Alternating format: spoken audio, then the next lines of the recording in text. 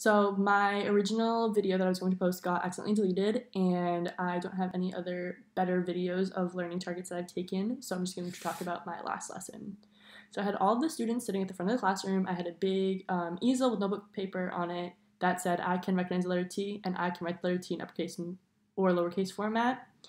This was their overall learning goal of the day, along with other learning goals at stations that they had.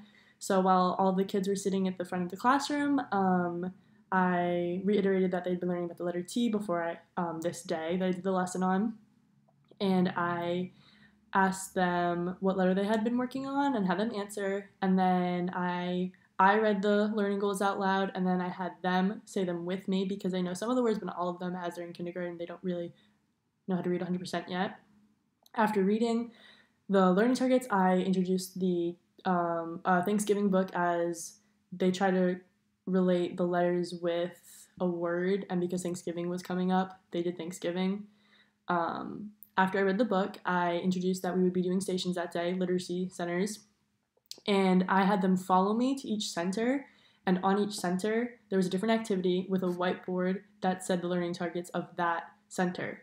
So for the Write the Room, they had to go around the room and find pictures with T words on the bottom. For example, like a picture of a turtle with the word turtle, and they had to copy it on their worksheet. So on the easel, I put, I can find T words around the classroom, and I can copy and write the T word on my worksheet.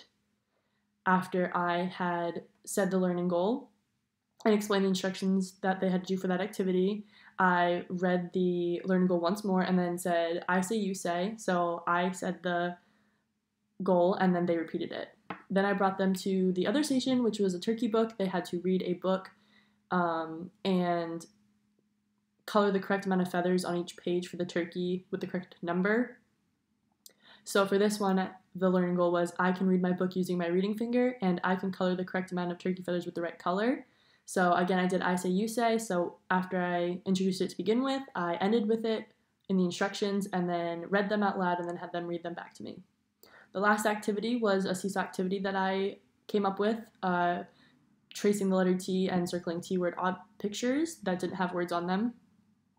So for this one, I introduced that I would be helping them with the seesaw activity that included tracing and circling objects. I didn't show them it yet. They're not that familiar with seesaw, so I needed to help them with that as well.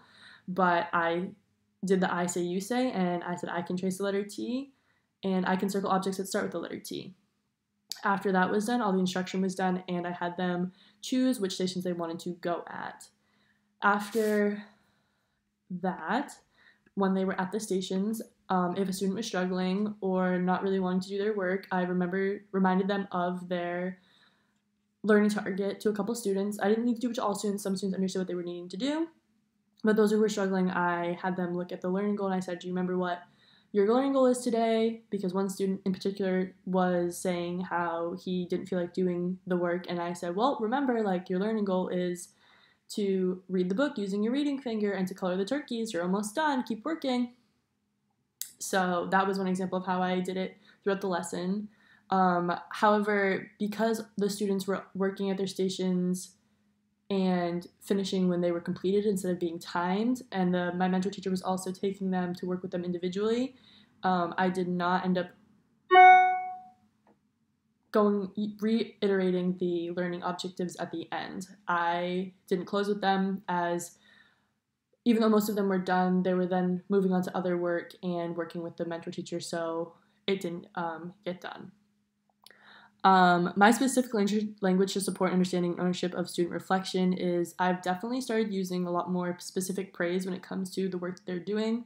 For example, oh, you're doing a really great job of slowing down your writing to make it look more neat.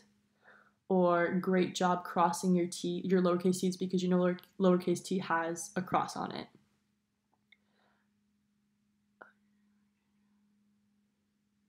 My target work has changed from hoops to jump through to being part of a genuine teaching, because at first I was so focused on writing learning target, writing learning target, and making sure it was said, but not really incorporating it into the lesson. And I think with my third lesson, I really tried to do this, refocusing them back on the lesson. Even though I didn't do it with all students, I feel as though it's been more incorporated into going through the lesson flawlessly rather than reiterating them in the middle of the lesson when it doesn't make sense to what they're doing, if that makes sense. How am I helping students connect the learning targets to their work in different parts of the lesson? I've already said this. When students are struggling, I try to connect what they're doing to the learning target and try to remind them, well, this is why you're doing it, because you need to work on this. For example, this is why you're tracing T's, because you need to learn the letter T to learn how to write the alphabet. How are you helping students know what the meeting target means? What should they see in their work that lets them know if they're proficient or on their way to proficiency?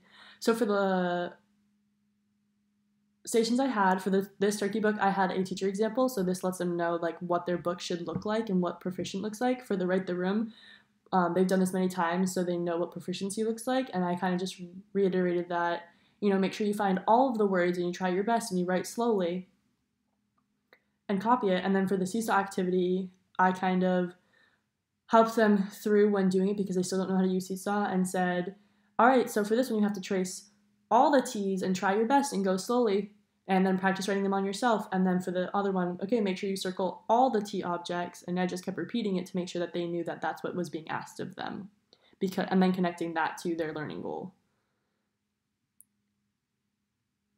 The work I need to continue on doing this, I think that definitely closing with the learning targets and how to incorporate that more flawlessly rather than just ending and being like, okay, this is what you learned today. Because they're in kindergarten, sometimes there's disconnect between the learning targets and what they're doing and why they connect. So I think working on that is definitely something I need to do more. And then definitely try refocusing students more on the learning target throughout the lesson. It's kind of hard with kindergarten because they know what they're supposed to do, but they don't know why they're supposed to do it. So I think working on a better way for them to understand why they're doing it is what I need to work on.